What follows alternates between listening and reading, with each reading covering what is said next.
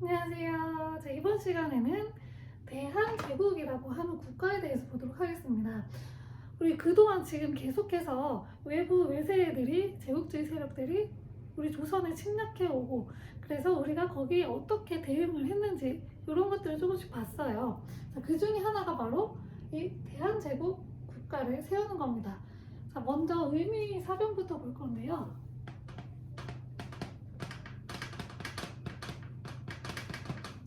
갑오개혁도 보고 동학농민운동도 보고 하면 일본이 계속해서 막 경복궁도 점령하고, 그리고 갑오개혁할 때 일본 주도로 막 개혁을 시행하면서 조선을 일본 입맛대로 막 이렇게 바꾸려고 했다고 했잖아요. 그러다 보니까 조선 입장에서는 이 일본을 견제할 세력이 필요했어요. 근데 우리 자체로는 너무 그게 힘들었던 거죠. 그래서 어디에 손을 뻗치냐? 러시아로 손을 뻗쳐요. 그래서 러시아에 좀 도움을 받고자 했어요. 그러다 보니까 일본이 저거 저렇게 했다가 우리가 조선을 먹기가 너무 힘들 것 같은데, 그래서 이 친러파의 우두머리를 죽여야겠다라고 생각을 해요. 그래서 그 우두머리로 지목한 사람이 바로 고종의 왕후였던, 당시에는 왕후예요. 황후가 아니었고 왕후였어요. 명성황후였습니다. 이 명성황후가 친러파의 대표 수장이라고 이제 생각을 한 거죠. 그래서 이 명성황후를 시해하는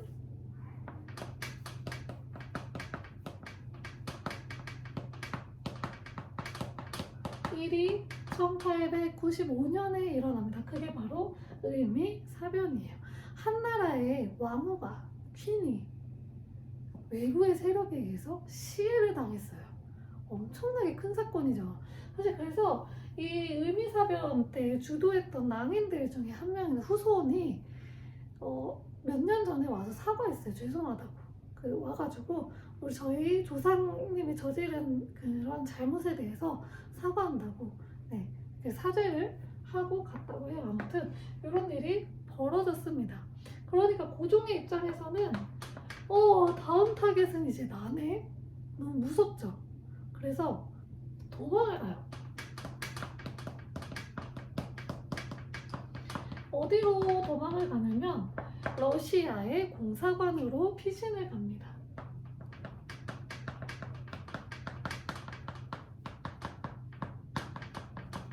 러시아 공사관으로 피신을 간 사건이 바로 아관 파천이라고 하는 사건이에요. 자, 한나라의 왕이 궁을 지키지 못하고 외국의 공사관으로 피신을 갔어요.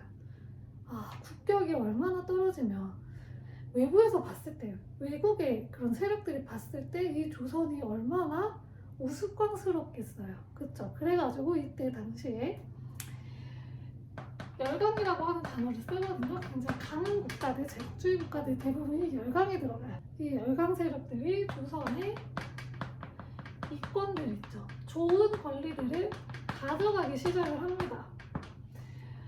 그러다 보니까 백성들, 신하들이죠. 대신들이 전하, 지금 상황이 너무 안 좋습니다. 왕이 여기에 들어가 있으니까 주변에서 알기를 우습게 합니다. 돌아오셔야 합니다 라고 설득을 합니다. 그래서 고종이 결국에는 돌아와요. 근데 그냥 돌아오지 않습니다. 새롭게 돌아오게 됩니다.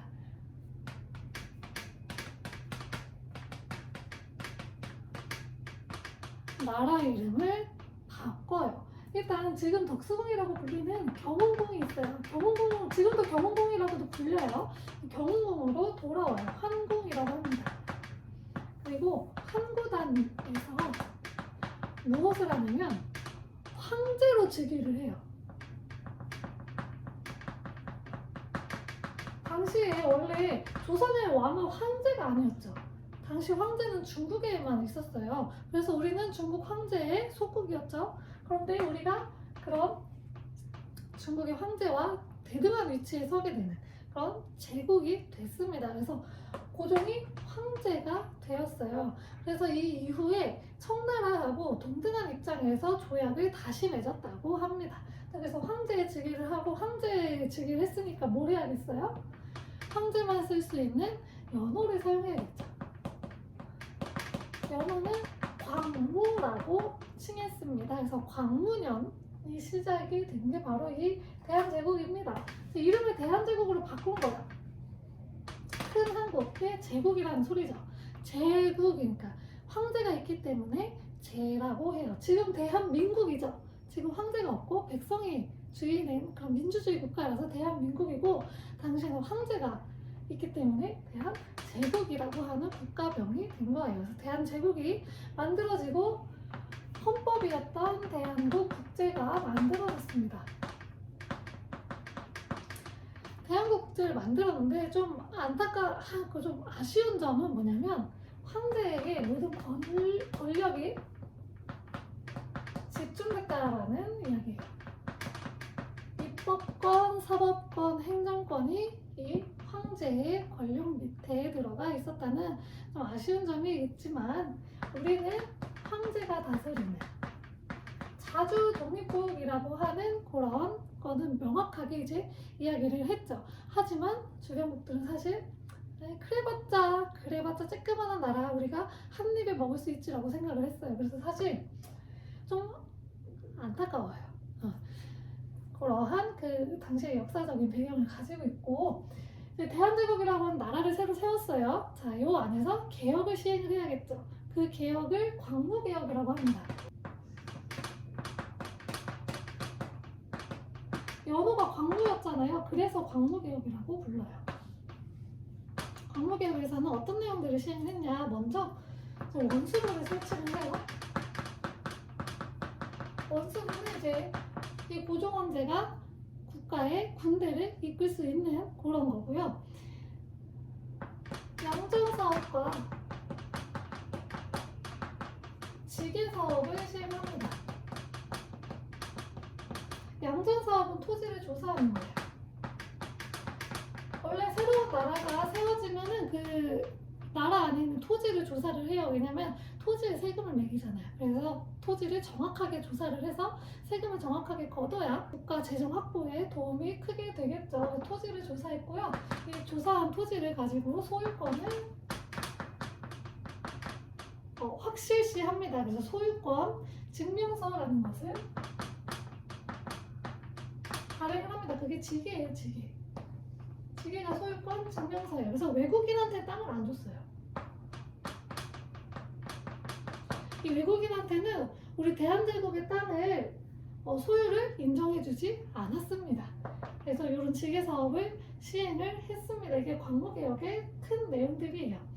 이번 시간에 이제 열강들의 침략에 맞서서 우리 자주적인 국가, 우리도 황제가 있는 그런 강한 국가를 만들어보자 해서 세운 대한제국에 대해서 살펴봤습니다. 다음 시간에는 그럼에도 불구하고 일본은 이거를 그냥 그래 니들끼리 놀아 우리는 너네 먹을게 라고 해요. 그래서 일본이 점차적으로 우리나라를 어떻게 먹어갔는지 일본의 국권 침탈 과정에 대해서 보도록 하겠습니다. 감사합니다.